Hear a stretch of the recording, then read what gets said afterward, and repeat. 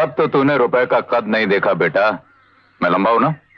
लड़कियां सीढ़ी लगा करके मेरे टॉप पॉकेट में घुसने के लिए आपस में झगड़ती हैं। काहे पैसे पे इतना गुरूर कर है, यही पैसा तो। हिंदी फिल्मों के मेगा स्टार अमिताभ बच्चन के पास लगभग 3390 करोड़ की संपत्ति है। आज मेरे पास बिल्डिंगें हैं, प्रॉपर्टी है, बैंक बैलेंस है, बंगला है, गाड़ी है। क्या है तुम्हारे पास? तो इनकी पत्नी वेटरन एक्ट्रेस राज्यसभा सांसद जया बच्चन के पास 1001 करोड़ से भी ज्यादा की संपत्ति है। अरे पैसे से क्या क्या तुम यहाँ खरीदोगे। जया बच्चन के पास 62 करोड़ के तो सिर्फ गहने हैं। वहीं अमिताभ के पास 15 करोड़ की कारें और 3.5 करोड़ की घड़ियां हैं। लोगों ने मेरा मजाक उड़ाया, मुझ पर उंगलियां उठाई और मैं उसी दिन से समझ गया कि जिंदगी में पैसा ही सब कुछ है। मैंने उसी दिन से मेहनत शुरू करके ये दौलत पैदा की और उसी मजाक को सूद समेत लोगों को वापस करने लगा। तो मैडम जया के पास 51 लाख रुपए की वॉचेस हैं। ट्रेडिशनल बंगाली शादी है, कुछ स्पेशल दिखाई। Bengalis they love enamel work. ये देखो गोला चीक full gold with enamel। Rajasthani दुल्हन रॉयल लगनी चाहिए। ऑफ कोर्स मैडम, हर तरह के पोल्की नेकलेस है यहाँ, मीनाकारी नेकलेस। इनके घर की दीवार पर लगी इस बुल पेंटिंग की कीमत ही 4 करोड़ रुपए है। वहीं अभिषेक और ऐश्वर्या की संपत्ति को भी जोड़ लिया जाए तो अभिषेक की नेटवर्थ 206 करोड़ रुपए और ऐश्वर्या की नेटवर्थ 828 करोड़ रुपए है। लेकिन क्या आप जानते हैं कि अपनी पहली फिल्म के लिए 5000 रुपए फीस लेने वाले अमिताभ बच्चन आज एक फिल्म के लिए 15 से 20 करोड़ रुपए चार्ज करते हैं। मुखर्जी दा कहो। ये क्या इस महीने सिर्फ 240 रुपए? इसलिए कि इस महीने से तुम्हारे लोन के अगेंस्ट तुम्हारी सैलरी में से 50% काट लिया गया है। क्या आपको पता है कि मेगा स्टार बनने के बाद अमिताभ अपनी कुछ गलतियों की वजह से पूरी तरह से दिवालिया हो गए और घर पर बेरोजगार बैठने पर इनमें और जया बच्चन में खूब लड़ाइयां होने लगी। मेरे पति परमेश्वर कैसे हुआ?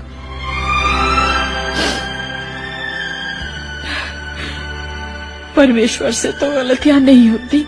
क्या आप मानेंगे कि बुरी तरह से कंगाल होने के बाद भी इन्होंने जानबूझकर अपने बंगले की मरम्मत करवाकर नए दरवाजे लगवाए जिससे मीडिया को लगे कि इनके पास पैसा है, और अपने दोस्तों को कॉल करके कहा कि वो अपनी लग्जरी गाड़ियां इनके घर के पोर्च में पार्क करें, जिससे देखने वाले ये समझें कि ये एक लग्जरी लाइफ जी रहे हैं। समय का पहिया चलता है, दिन ढलता है, रात आती। फिर फिल्मों में वापसी, केबीसी की होस्टिंग और कई निचले स्तर की फिल्में करने के साथ साथ ढेरों विज्ञापनों से इन्होंने इतने पैसे बना लिए कि अकूत संपत्ति के मालिक बन बैठे।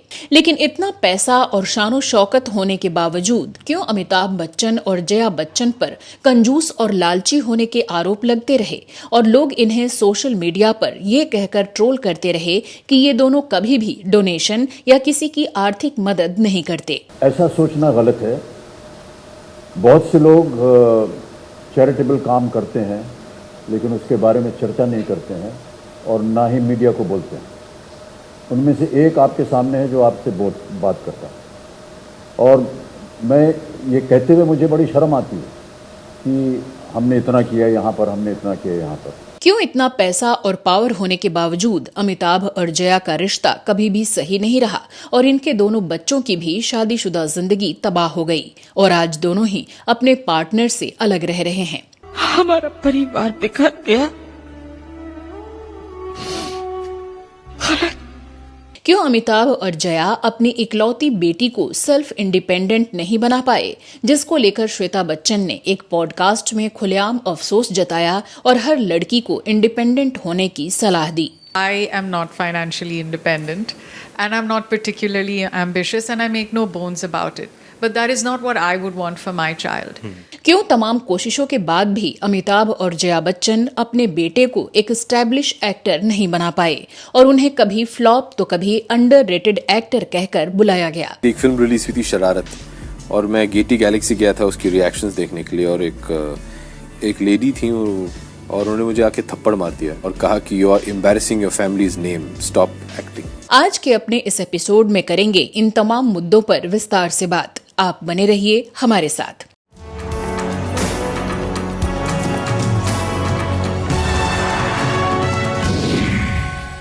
नमस्कार दोस्तों, मैं हूं श्वेता जया और आप देख रहे हैं फिल्मी बातें।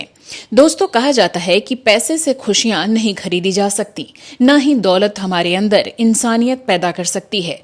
और ऐसा ही कुछ देखने को मिला है बच्चन परिवार में। 81 साल के अमिताभ बच्चन की कुल संपत्ति लगभग 3390 करोड़ रुपए है। फिल्म इंडस्ट्री में 54 साल गुजार चुके बिग बी अब भी हाईएस्ट पेड एक्टर्स की लिस्ट में शामिल हैं। इनकी एक फिल्म की फीस 15 से 20 करोड़ के बीच है। लेकिन एक वक्त था जब इनके पास अपना कुछ भी नहीं था। किसी ने तरस खाकर रहने की जगह दे दी, तो किसी ने एक्टिंग से खुश होकर घर गिफ्ट में दे दिया, तो किसी ने इनकी प्रतिभा से खुश होकर तमाम फ्लॉप के बाद भी अपनी फिल्मों में काम दिया।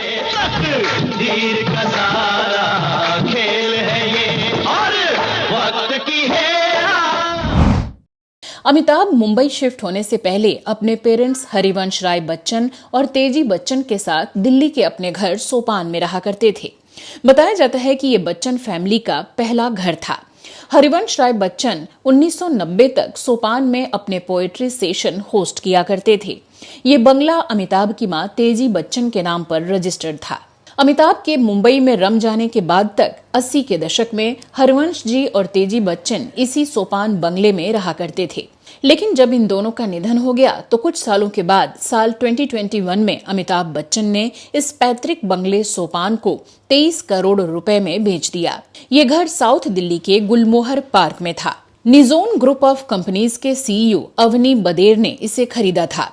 अवनी 35 साल से भी ज्यादा समय से बच्चन फैमिली को जानते हैं। 418 स्क्वायर मीटर के इस घर की रजिस्ट्री 7 दिसंबर 2021 को अवनी बदेर के नाम पर हो गई थी। वक्त को थोड़ा पीछे करें तो अमिताभ बच्चन मुंबई में स्ट्रगल के दिनों में कॉमेडियन महमूद के घर पर रहा करते थे। तब इनके पास रहने का खुद का कोई ठिकाना नहीं था। लेकिन वक्त ने पलटी मारी और देखते ही देखते अमिताभ सदी के महानायक बन गए। और एक दो नहीं बल्कि सिर्फ मुंबई में ही 5 बंगलों के मालिक भी। आज अमिताभ प्रतीक्षा, जलसा, जनक, वत्स और आशियाना नाम के 5 बेहद महंगे बंगलों के मालिक हैं। ये तो सिर्फ मुंबई के इनके आशियाने हैं। आगे आपको दूसरे शहरों और दूसरे देशों में मौजूद इनकी संपत्ति के बारे में भी बताएंगे। अमिताभ बच्चन का सबसे फेमस बंगला है प्रतीक्षा, जो मुंबई के जुहू में सिचुएटेड है। प्रतीक्षा ही अमिताभ और जया का सबसे पहला बंगला है, जिसे इन्होंने 1975 में 8 लाख रुपए में खरीदा था। और यही वो बंगला है जिसे इन्होंने हाल ही में अपनी बेटी श्वेता बच्चन के नाम कर दिया है। 16,840 वर्ग फीट में बने इस बंगले की कीमत 50 करोड़ 63 लाख रुपए है। प्रतीक्षा बंगला 2 प्लॉट पर बना है। 9,585 वर्ग फीट अमिताभ के नाम पर था और 7,250 वर्ग फीट जया के नाम पर। बच्चन परिवार सालों तक इसी बंगले में रहा और शुरू से ही इनकी फैमिली के सभी सोशल फंक्शंस भी इसी बंगले में होते रहे। अभिषेक और ऐश्वर्या की शादी भी इसी बंगले में हुई थी। प्रतीक्षा के बगल में जलसा नाम का इनका एक दूसरा बंगला है, जहां अब पूरा बच्चन परिवार रहता है। जुहू में स्थित इस बंगले से अमिताभ को बेहद प्यार है। जलसा बंगले की कीमत 112 करोड़ रुपए है, जो लगभग 10,125 स्क्वायर फीट में बनाया गया है। ये आलीशान बंगला अमिताभ को 1982 में तोहफे में मिला था। दरअसल अमिताभ की फिल्म सत्ते पे सत्ता 1982 में रिलीज हुई थी। इस फिल्म की कामयाबी के बाद फिल्म डायरेक्टर रमेश सिप्पी ने अमिताभ को ये बंगला तोहफे में दिया था। कुछ सालों बाद बिग बी अपने परिवार के साथ यहाँ रहने लगे। सोशल मीडिया पर एक्टिव अमिताभ अक्सर जलसा की कुछ तस्वीरें शेयर करते रहते हैं, जिसमें इनकी लेविश लाइफ स्टाइल की झलक दिखती है। जलसा के लिविंग रूम की एक दीवार पर हरिवंश राय बच्चन और परिवार के अन्य सदस्यों की तस्वीरें सजी हैं। इसकी दूसरी तरफ वाली दीवार में एक शेल्फ में किताबें रखी हुई हैं। जलसा के लिविंग रूम में एक बुल पेंटिंग लगी है, जिसकी कीमत 4 करोड़ रुपए बताई जाती है। घर के इंटीरियर को कुछ एंटीक, बेशकीमती और लग्जरी चीजों से सजाया गया है। घर के कुछ हिस्सों में शानदार वुडन फ्लोरिंग भी देखने को मिलती है। जलसा के नजदीक में ही अमिताभ का एक और बंगला है जनक, जहां बिग बी का ऑफिस है। तो साथ ही इस फैमिली का एक और बंगला है वत्स, जो फिलहाल एक बैंक को लीज पर दिया गया है। अमिताभ ने जनक बंगले को 8 करोड़ में और वत्स को 5 करोड़ रुपए में खरीदा था कुछ साल पहले इन्होंने अंधेरी में एटलांटिस बिल्डिंग में 27th और 28th फ्लोर पर एक डुप्लेक्स आशियाना खरीदा है, जो कि इनकी एक और बेशकीमती प्रॉपर्टी है।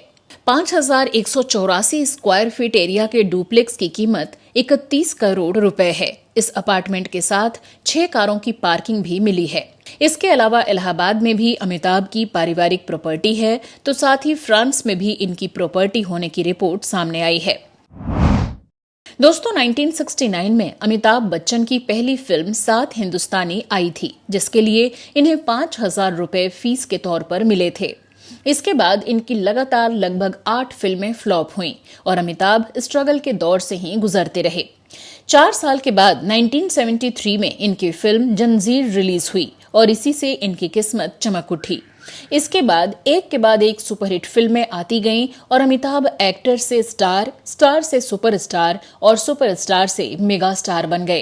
रिश्ते में तो हम तुम्हारे बाप होते हैं, नाम है शहंशाह। फिर अमिताभ सदी के महानायक और इंडस्ट्री के हाईएस्ट पेड एक्टर बने। क्लासिक फिल्म शोले में जय के किरदार के लिए अमिताभ को 1 लाख रुपए मिले थे। लेकिन मौसी, एक बार शराब पी ली ना, फिर अच्छे बुरे का कहाँ होश रहता है। इसके 5 साल बाद फिल्म शान आई। तब तक इनकी फीस बढ़ते बढ़ते 9 लाख रुपए हो चुकी थी। क्या चाहते हो तुम? तुम्हें जिंदा नहीं देखना चाहता। तुम्हारी यहाँ आने की हिम्मत कैसे हुई? ये मेरा उसूल है, मैं हमेशा घर में घुस के ही मारता हूँ। 1996 में फिल्म खुदा गवाह आई। तब तक अमिताभ की फीस 3 करोड़ रुपए हो चुकी थी। मैं नजीर, जब जब तेरी नजर इस परचम पर जाएगी, बादशाह खान के दिल को छुएगी। जब जब ये परचम हवा में लहराएगा, तेरे दिल की धड़कनों में बादशाह खान के दिल की धड़कन सुनाई देगी। आज अमिताभ अपनी फिल्मों के लिए 15 से 20 करोड़ रुपए तक चार्ज करते हैं। हमें निकलना होगा, यहां रुकने में खतरा है।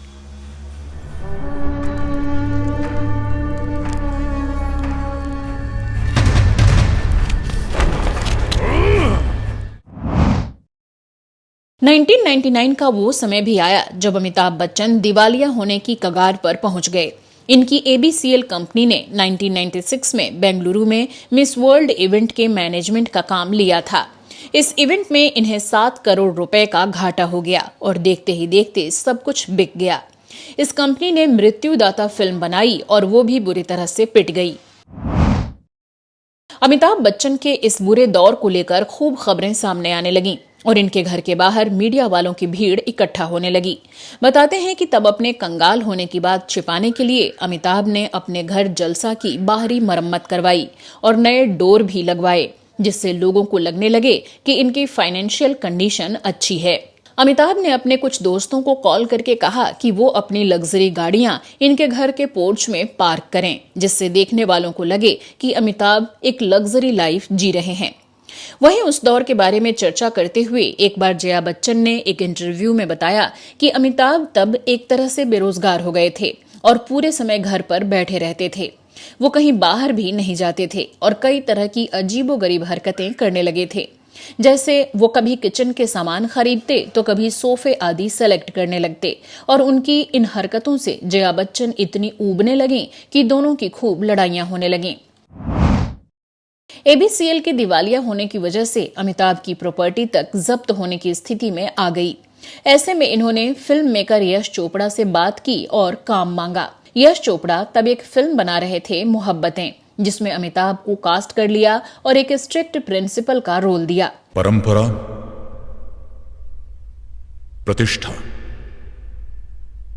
अनुशासन, ये इस गुरुकुल के 3 स्तंभ हैं। और यहीं से अमिताभ की इकोनॉमिक कंडीशन में सुधार होने लगी। साल 2000 में ही रियलिटी गेम शो कौन बनेगा करोड़पति ने भी अमिताभ को बुरे दौर से निकलने में काफी हेल्प की। तब से अमिताभ इस शो से जुड़े हुए हैं। रिपोर्ट्स के मुताबिक कौन बनेगा करोड़पति शो होस्ट करने के लिए अमिताभ को अब हर एपिसोड के लगभग 3.5 करोड़ रुपए मिलते हैं। एक सीजन में 20 एपिसोड भी हुए तो इनको 70 करोड़ रुपए मिलते हैं।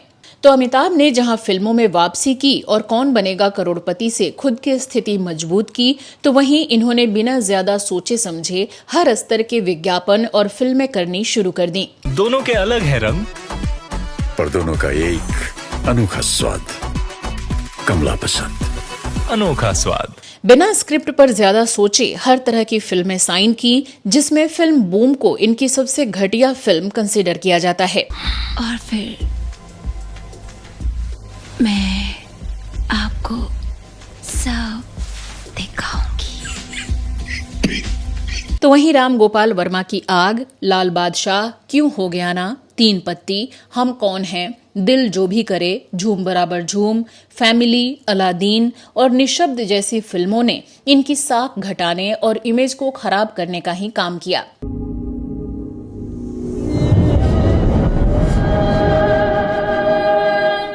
लेकिन एक बार दिवालिया होने के बाद जैसे अमिताभ बस अब पैसे कमाना चाहते थे, चाहे वो किसी भी तरह के प्रोडक्ट के ऐड करने से मिले या किसी भी लेवल के फिल्म में काम करने से मिले।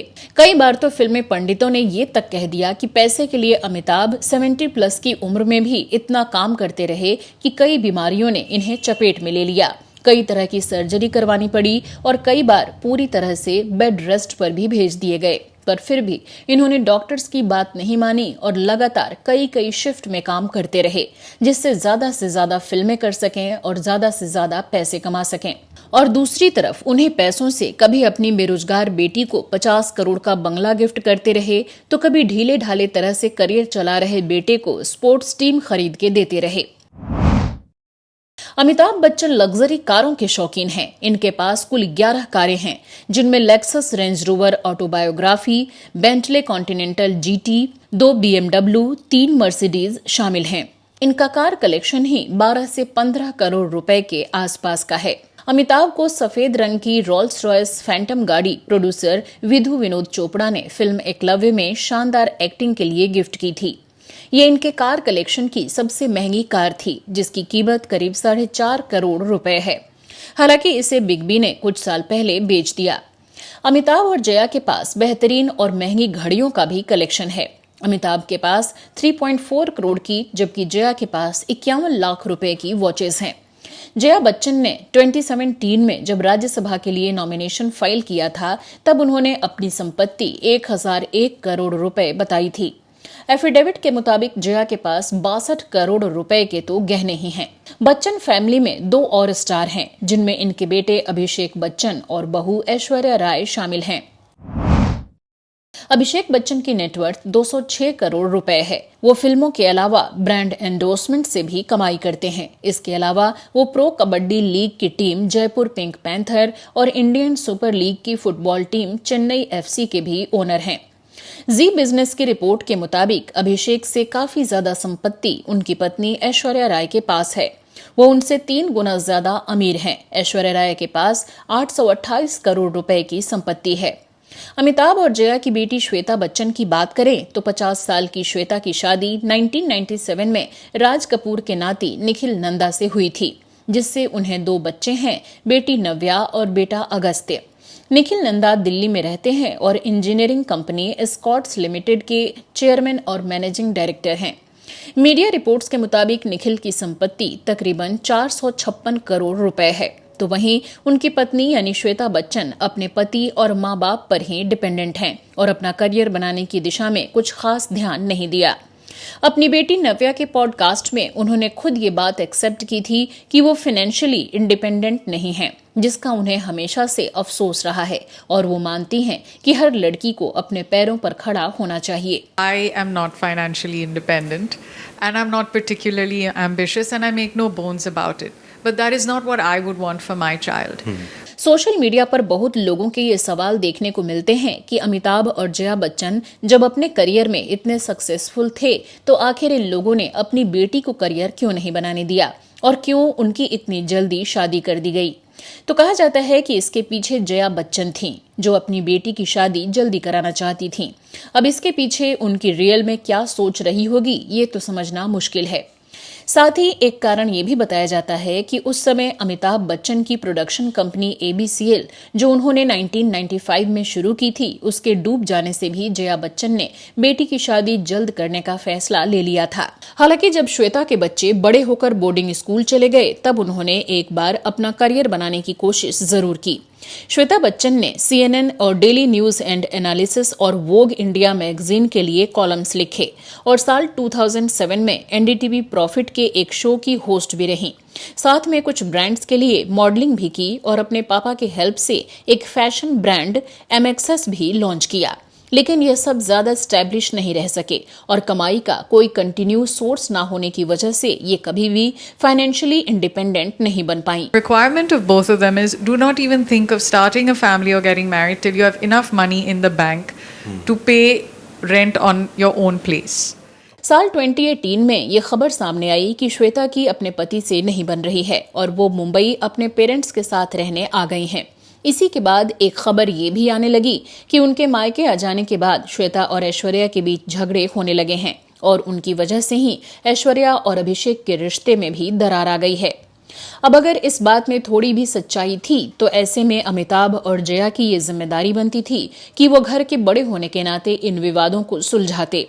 लेकिन इसी बीच न्यूज आई कि अमिताभ बच्चन ने अपना बंगला प्रतीक्षा बेटी श्वेता बच्चन के नाम कर दिया है और पूरी संपत्ति भी अभिषेक और श्वेता में आधी आधी डिवाइड करने की अनाउंसमेंट की है।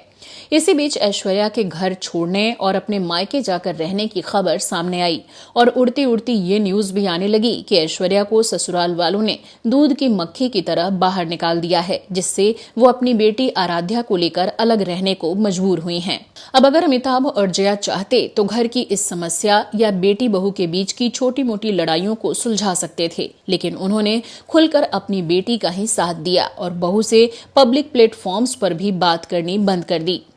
वो हर बार अलग थलग और इग्नोर्ड ही दिखती रहीं और लोग उनके डिवोर्स के कयास लगाते रहे। इस तरह पहले कम उम्र में बेटी की शादी करवा दी, बेटे को दम लगाकर करियर बनाने की कोशिशों में लगे रहे, लेकिन फिर भी बेटे को एक सुपरस्टार बनाने में कभी कामयाब नहीं हुए। बहू के नेम फेम के आगे अपने बेटे और बेटी दोनों को ओवरशैडो होता देख इनसिक्योर फील करते रहे तो कभी बेटी पर इतना प्यार और पैसा लुटाने लगे कि बहू और पोती को घर से बेघर ही कर दिया। और आज ना ही इनकी बेटी का अपने पति के साथ अच्छा रिश्ता है, ना ही बेटे का अपनी पत्नी के साथ। बाकी बच्चन परिवार तो रिश्तों के मामले में पहले से ही बदनाम रहा है, क्योंकि जब अमिताभ बच्चन ने शादी के बाद ढेरों अफेयर्स चलाए तो जया बच्चन ने भले ही उन्हें डिवोर्स नहीं दिया, लेकिन पति पत्नी के रिश्ते हमेशा के लिए कड़वाहटों की भेंट जरूर चढ़ गए। अमिताभ कभी रेखा के साथ लिव इन रिलेशन में रहे तो कभी परवीन बॉबी और जीनत अमान के साथ एक्स्ट्रा मैरिटल अफेयर ने सुर्खियां बटोरी। फिर भी जया बच्चन ने उन्हें तलाक नहीं दिया और अपने आत्मसम्मान को त्याग कर मेगा स्टार की पत्नी के फायदों को अपनाना ज्यादा सही समझा, जो उनके एक कमजोर महिला होने की तस्दीक करता है। सर सिर्फ जया बच्चन बोलते तो काफी हो जाता। यहाँ पूरा नाम लिखा था इसलिए मैंने रिपीट किया। ये जो है कुछ नया तरीका निकला है कि महिलाएं जो है अपने पति के नाम से जानी जाएंगी। जया बच्चन आज भले ही संसद में औरतों के स्वतंत्र वजूद होने और पति के नाम से उनकी पहचान को ना जोड़ने की बातें करती हैं, लेकिन उनका पास्ट इस बात की गवाही देता है कि उन्होंने किस फायदे के तहत ऐशो आराम को चुना और पति से अलग नहीं हुई। हाँ, इसका गुस्सा वो कभी मीडिया, कभी फोटोग्राफर्स तो कभी संसद में निकालती जरूर नजर आई।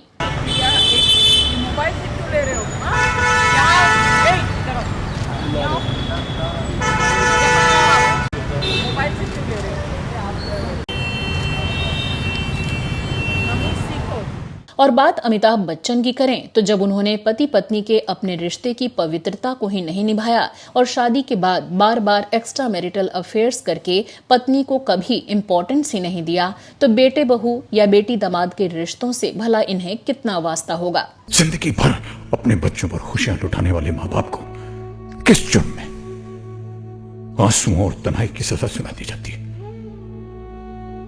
अगर वो हमें प्यार दे नहीं सकते तो उन्हें हमसे हमारा प्यार छीनने का अधिकार किसने दिया? चलिए अब बात करते हैं कि क्यों अमिताभ बच्चन पर लोगों की हेल्प ना करने और डोनेशन आदि ना देने के आरोप लगते रहे।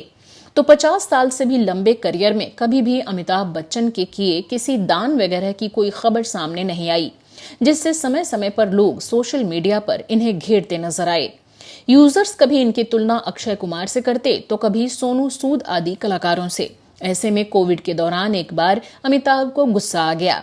हुआ यूं कि कोविड महामारी के बीच साल 2020 में फेसबुक पर एक महिला ने अमिताभ बच्चन से सवाल किया कि आप अतिरिक्त धन जरूरतमंदों और गरीबों को दान क्यों नहीं करते। मुझे यकीन है कि आपका बटुआ असीम प्यार और आशीर्वाद से भरा होगा। जरूरतमंदों को दान करके मिसाल पेश करें। इसके जवाब में अमिताभ बच्चन ने एक ब्लॉग लिखा, जिसका हिंदी अनुवाद करें तो वो ये था, सीमा पटेल जी, हाँ, मेरा बटुआ प्यार और आशीर्वाद से भरा है और मैं उदाहरण के लिए आपकी बात का जवाब नहीं दूंगा, लेकिन आप पूरी तरह से भ्रम में हैं। आपको मेरे बारे में कोई ज्ञान या कोई जानकारी नहीं है कि मैंने क्या किया है, मैं क्या कर रहा हूं और क्या करता रहूंगा, और आगे भी निर्देश देना जारी रखूंगा कि न केवल गरीबों और जरूरतमंदों के लिए बल्कि उन आंध्र, विदर्भ, बिहार और यूपी के हजारों किसानों के लिए जो निजी धर्मार्थ वित्तीय सहायता से जिंदा बच गए हैं। सीआरपीएफ के उन शहीद परिवारों के लिए जिन्होंने जम्मू कश्मीर और पुलवामा में अपने जीवन का बलिदान दिया है। अमिताभ बच्चन ने अपने ब्लॉग में आगे लिखा, उद्योग समुदाय के श्रमिकों की संख्या 1 लाख परिवारों की है, जिन्हें 6 महीने के लिए राशन और भोजन उपलब्ध कराया गया है। शहर में गरीबों के लिए लॉकडाउन के बाद से अब तक प्रतिदिन 5000 लंच और डिनर उपलब्ध करवाया। मेरी टीम ने नासिक हाईवे पर बसों में जाने वालों को भोजन और पानी पहुंचाया। मुंबई से अपने गांव में नंगे पैर चलने वाले प्रवासी कामगारों को बिहार और यूपी में उनके घरों तक पहुंचाने में बसों की व्यवस्था की। अमिताभ बच्चन का ये ब्लॉग बहुत लंबा था, जिसमें उन्होंने कोविड के दौरान किए जाने वाले अपने सोशल वर्क की चर्चा पूरे विस्तार से की। अमिताभ बच्चन ने इसमें दिल्ली में सिख समुदाय के अध्यक्ष को दिए गए अपने दान की भी चर्चा की। हालांकि इस ब्लॉग के सामने आने के बाद जहां कुछ फैंस ने इनकी तारीफ की, तो वहीं सैकड़ों लोगों ने इनके पोस्ट पर आकर इन्हें खूब सुनाया भी कि एक तरफ तो दान बिना बताए करने की वकालत कर रहे हैं और दूसरी तरफ एक एक छोटी से छोटी चीज जो दान की है उसका बखान कर रहे हैं। पता नहीं इतना सब कुछ किया भी है या यूं ही बता रहे हैं, क्योंकि सोनू सूद ने जो मदद की वो साफ साफ दिख रहा है। लेकिन इन्होंने अगर इतने बड़े लेवल पर लोगों की मदद की है तो उसके बारे में किसी को पता कैसे नहीं चला। खैर, अब अमिताभ द्वारा बताई जा रही इन बातों की क्या सच्चाई रही ये तो पता नहीं, पर कई बार इन्हें और जया बच्चन को अभी भी लोग कंजूस और इमोशनलेस कहकर आलोचना करते जरूर दिख जाते हैं। आदमी जो देता है, आदमी जो लेता है, जिंदगी भर वो। तो बच्चन परिवार इंडियन फिल्म इंडस्ट्री के सबसे फेमस, रिच और ताकतवर परिवारों में से एक रहा, लेकिन फिर भी इसके तमाम सदस्य हमेशा लोगों के निशाने पर रहे और इनकी पर्सनल लाइफ भी बेहद विवादों और चर्चा में बनी रही। इस फैमिली के पास पैसे का तो अंबार है, लेकिन सच कहा गया है कि पैसे से संस्कार, मानवता या खुशियां नहीं खरीदी जा सकती। अरे पैसे से क्या क्या तुम यहाँ खरीदोगे। तो आज के एपिसोड में फिलहाल के लिए बस इतना ही। आपको हमारा आज का ये शो कैसा लगा कमेंट सेक्शन में लिखकर जरूर बताइएगा। कुछ और नए किस्से कहानियों के साथ अगले एपिसोड में आपसे फिर होगी मुलाकात। नमस्कार।